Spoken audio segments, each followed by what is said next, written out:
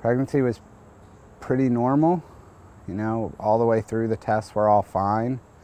Probably in the 7th month of the pregnancy, the baby stopped moving.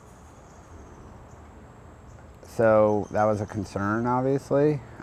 We went in for additional testing. They said everything was fine. They would do tests to check the baby's reaction to stimuli, and they were all fine.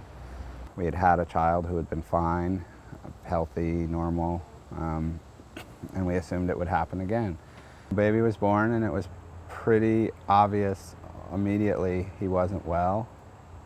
He wasn't moving, or moving very, very little. You know, normally the doctors bring the baby over and say, congratulations, you have a baby boy or baby girl. They didn't do that. They kept him. We were very scared right away. I saw him. He was a sweet little boy. He just wasn't crying much. He was crying, trying to cry, but noise was, he couldn't really cry, and he couldn't move. It was a terrifying day. And so from that point on, it was, what's wrong? What's wrong with our baby? What's wrong with our baby?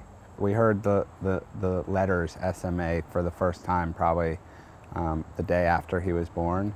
I think they were trying to run through different things and try to figure it out. It was one of the things they thought he might have. So they started doing different types of tests to figure it out, genetic testing and all sorts of different testing to figure out what was wrong. And then they started focusing the testing more on that, figuring out what type of SMA it was.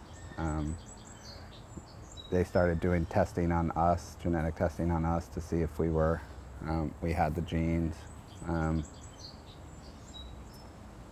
it was sort of, that was the focus, and we just assumed that that's what it was. It wasn't a good thing for us or a happy thing. You know, when you look up SMA, it says pretty clearly untreatable, uncurable, fatal. You know? So then it was just sort of coming to terms with that and just waiting for the confirmation of the testing, and trying to spend as much time with our boy as we could. You know, he was in the NICU, he was on a respirator, he couldn't move. From the neck down, he couldn't move. Couldn't lift his hands, couldn't move his fingers, couldn't do anything. And then the diagnosis officially came, and he died 8 hours later. Probably took 10 days, I mean 10 or 11 days. He lived for 11 days.